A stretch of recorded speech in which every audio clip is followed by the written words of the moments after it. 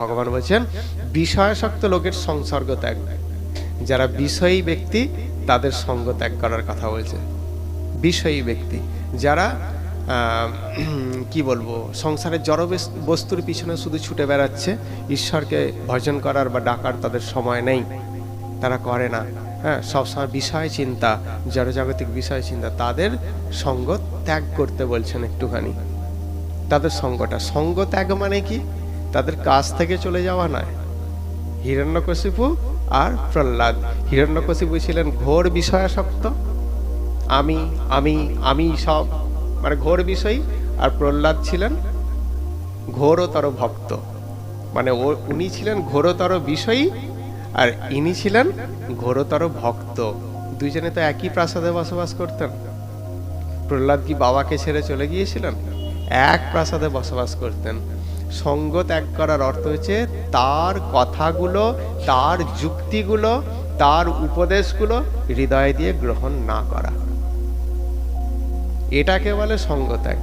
এখন যদি একটা পরিবারের মধ্যে স্বামী স্ত্রী বাবা মা সব আছে, তো স্বামী স্ত্রী বলল যে আমরা ভক্তিপথে আসব, তো বাবা মা বলল না আসা যাবে না, তাহলে কি ত্যাগ করে চলে যাবে? সেই ঘরেই তো থাকতে হবে। ত্যাগ বলতে কি? তাদের আদর্শগুলোকে ত্যাগ করো। এখন স্বামী স্ত্রীর মধ্যে স্বামী যদি বলে ভক্তিযোগ অনুশীলন করব, স্ত্রী বলে না, তাহলে কি স্ত্রীকে ডিভোর্স দেবে? নিশ্চয়ই না। কি করবে? স্ত্রীর আদর্শটাকে ত্যাগ। ঠিক আছে, তোমার স্বাধীনতা, তুমি যেটা পারো করো, আমারও স্বাধীনতা আছে, আমি যেটা পারবো, যেটা ভালো বুঝেছি আমি সেটা করব। তোমার আদর্শ আমি নেব না, আমার আদর্শ পারলে তুমি নিতে পারো, আর না পারলে জোর করব না, ব্যাস মিটে গেল। এইভাবে সঙ্গত্যাগ বলতে এই রকম ভাবে সঙ্গত্যাগের কথা বলা হচ্ছে। কাউকে ত্যাগ নয়। ত্যাগ তো কিছু কিছু হয় অবশ্যই, কিন্তু সব ক্ষেত্রে নয় সেটা। তো তার আদর্শগুলো ত্যাগ করার কথা বলা হচ্ছে। যখন আমরা তাদের আদর্শগুলো ত্যাগ করব, তখন অবশ্যই কিন্তু আমাদের সেই ত্যাগটা চলে আসবে। সেটাই প্রকৃত ত্যাগ, কারো দ্বারা প্রভাবিত হবে। এই যে তুই জপের মালায় জপ করছিস, শুনলাম একাদশী করছিস, এই সৎসঙ্গ করতে যাচ্ছিস, বলতো আজ কদিন যাচ্ছিস? যে হ্যাঁ, বছর 5 যাচ্ছি। কি পেলি? কি পেয়েছিস ওখানে যাওয়ার পর? বাড়ি গাড়ি কিছু করেছিস? আগে যেমন ছিল এখনো তেমন? আমি সঙ্গে সঙ্গে প্রভাবিত হয়ে গেলাম, সত্যিই তো এত বছর ধরে করলাম, কিছু তো পেলাম না, সত্যিই ছেড়ে দিলাম। কে বলল এটা ছাড়তে? ভালো জিনিসের তো একটু দেরি হয় ফল পেতে, তাই না? ভালো জিনিসের একটু দেরি হয়। একটা আম গাছ থেকে আম ফল পেতে তখন যে আঁটির গাছ ছিল, কত বছর দেরি হতো? মিনিমাম 7-8 বছর। তাহলে তুমি কি করে বলতে পারো যে আজ সকালে বীজ কাটবো, আলু বীজ, 10টার সময় বসাবো, 11টার সময় মাটি দেব, 12টার সময় আলু ফুল আসবে, আর বিকালবেলা ঝুড়ি নিয়ে যাব, হ্যাঁ, আলু ফুল আনবো? কি করে সম্ভব? প্রত্যেকটা জিনিসের টাইম আছে। একটা কুঁড়ে ঘর তৈরি করবেন, 2 দিনে হয়ে যাবে। একটা রাজপ্রাসাদ বিল্ডিং বানান, দেখি তো 2 দিনে কি করে হয়? কুঁড়ে ঘরটা বেশি দিন স্থায়ী না প্রাসাদটা বেশি দিন স্থায়ী?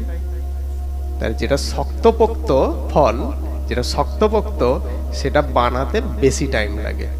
কেন? সেটা চিরস্থায়ী। আর একটা কুঁড়ে ঘর একটু ঝড় দিলেই কোথায় যাবে আর তাকে খুঁজে পাওয়া যাবে না। ঠিক সেই রকম জড়জগতের কিছু ফল আছে, অসৎ পথে আমরা সেইগুলো খুব তাড়াতাড়ি আমরা লাভ করে ফেলি, কিন্তু হ্যাঁ, ভগবত ভজনের যে ফল, সেটা তো পেতে একটু দেরিই হবে। সেই জন্য তোমাকে তো ধৈর্য ধরতে হবে।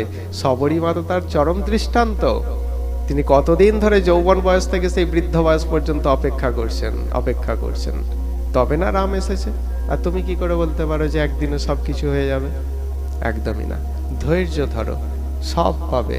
তুমি সৎ যদি পথে থাকো, তাহলে সৎ অবশ্যই পাবে। জলে নামলে তুমি ভিজবে 100%, আগুনের কাছে গেলে তুমি দগ্ধ হবে 100%, কেউ রুখতে পারবে না। ঠিক সেই রকম ভালো পথে থাকলে ভালো ফল পাবে, খারাপ ফল পাবে না, একদম 100% পাক্কা কথা। আর খারাপ পথে থাকলে খারাপ ফল পাবে, সেটাও 100%। একদম সুতরাং পথটাকে ঠিক করো, কর্মটাকে ঠিক করো, আর ভাবতে হবে না ফলের কথা। আমরা যে আমের বীজ বা গাছটাকে রোপণ করে দিয়ে আমরা প্রতিদিন আম গাছের তলায় বসে আম আম আম আম করে জপ করি না।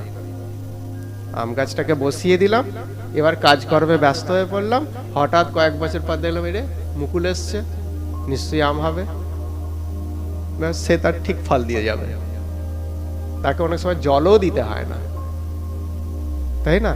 জলও দিতে হয় না, সে আপনার শুধু কর্মের বীজটাকে ঠিক করো, কর্মের বীজটাকে ঠিক জায়গায় বপন করো, আর চাইতে হবে না কিচ্ছু না, সব পেয়ে যাবে একদম পাক্কা। এটাই শ্রীমদ্ ভগবদ গীতার কথা।